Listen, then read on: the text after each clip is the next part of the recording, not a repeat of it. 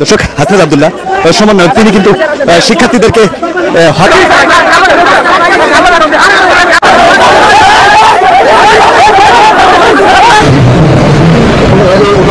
দেশের আসলে এটাই একটা স্বভাব। আমাদের স্বভাব হচ্ছে যে আমরা কখনো কোনো মানুষকে স্মরণে রাখতে পারি না যারা দেশের জন্য লড়াই করে, সংগ্রাম করে। দুঃসংবাদটা দেই, সেটা হচ্ছে আজকে দর্শক, অবশেষে হাসনাত আব্দুল্লাহর উপরে কঠিন হামলা, যে কোনো সময় মৃত্যুর মুখে ঢলে পড়তে পারেন। কিন্তু কেন হাসনাত আব্দুল্লাহর উপরে এমন হামলা, যেখানে তিনি একটি স্বাধীনতা এনে দিয়েছেন বাংলাদেশে? দর্শক, কেন এমন ঘটনাটি ঘটলেন সে বিষয়ে বিস্তারিত দেখাবে ভিডিওতে। ধৈর্য সহকারে সম্পূর্ণ ভিডিওটি দেখবেন। চ্যানেলে নতুন হয়ে থাকলে চ্যানেলটিকে সাবস্ক্রাইব করে রাখবেন। তো চলুন একের পর এক ভিডিও আমরা দেখতে থাকি।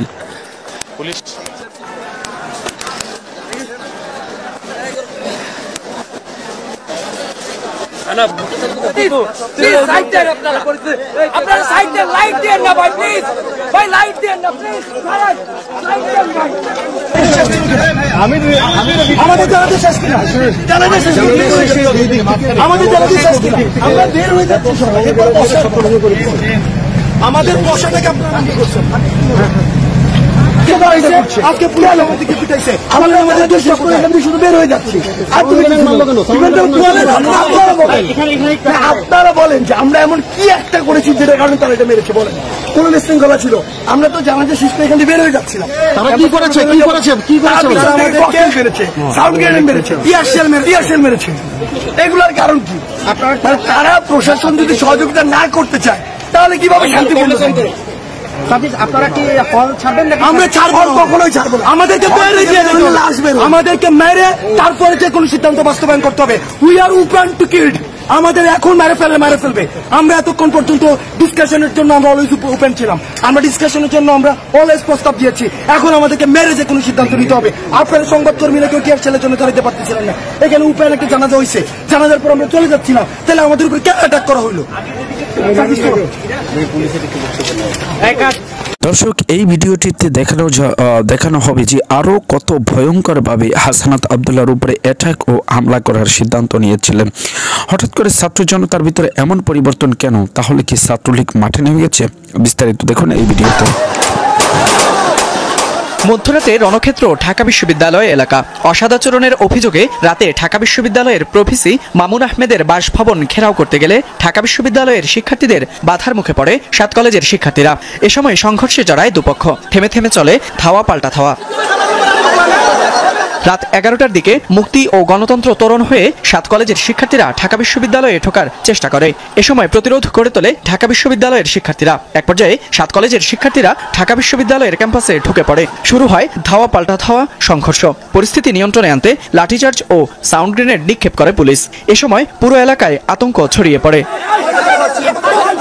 এর আগে রোববার সন্ধ্যায় 5 দফা দাবিতে সায়েন্স ল্যাব মোড় অবরোধ করে অবস্থান নেয় ঢাকা বিশ্ববিদ্যালয়ে অধিভুক্ত 7 কলেজের শিক্ষার্থীরা। তারা জানায় 5 দফা দাবির অগ্রগতি সম্পর্কে জানতে ঢাকা বিশ্ববিদ্যালয়ের প্রভিসির কাছে গেলে তাদের সাথে অসদাচরণ করা হয়।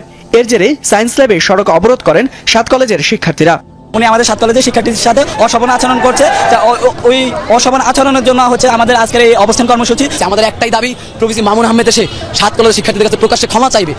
সেখান থেকেই রাত 11টার দিকে ঢাকা বিশ্ববিদ্যালয়ের প্রভিসি মামুন আহমেদের বাসভবন ঘেরাওয়ের ডাক দেন ঢাকা কলেজের শিক্ষার্থীরা। এদিকে সোমবার অধিভুক্ত 7 কলেজের অধ্যক্ষদের সাথে বৈঠক করবেন ঢাকা বিশ্ববিদ্যালয়ের ভিসি। 17 সাল থেকে এই ধরনের আচরণই 7 কলেজের শিক্ষার্থীরা পেয়ে আসছিল, যেটা আসলে সবাই মুখে শুনেছে, কেউ দেখেনি। আজ সেটা দেখলো।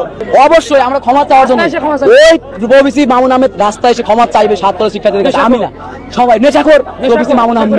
আমরা আজকে সেই উপাচার্য মামুন স্যারের কাছে গেলাম। যাওয়ার পরে আমরা বললাম যে স্যার, স্মারকলিপি যে দিলাম এটার ফলাফল কি স্যার? সে আমাদের বলে কি জানেন? জানেই না সেই স্মারকলিপিতে কি আছে। বলে কি ছিল স্মারকলিপিতে? তারপরে আমরা কি বললাম? আমরা বললাম যে স্মারকলিপিতে এরকম ছিল। তো বলতেছে আচ্ছা ঠিক আছে, আমরা সামনে হচ্ছে মিটিং করব, তারপরে আমরা জানাবো। এটা না বলে উনি, আমাদের ভিডিও আছে, সে আমাদের সাথে কি আচরণ করেছে।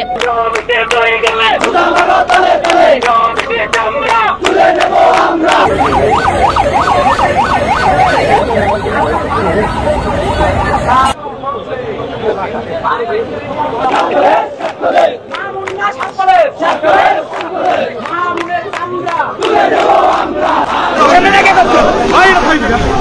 ভুয়া ভুয়া স্লোগান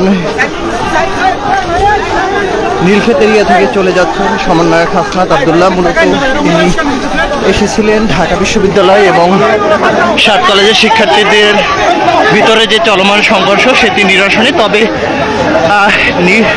নিউ মার্কেট এরিয়া আসলে তিনি মূলত ঢাকা বিশ্ববিদ্যালয়ের শিক্ষার্থীদের একটি অংশ তাকে ভুয়া ভুয়া স্লোগান দেয় এবং অনেকটা তাকে ঘিরে স্লোগান দেওয়ায় তিনি অনেকটা অসুস্থ হয়ে পড়েন।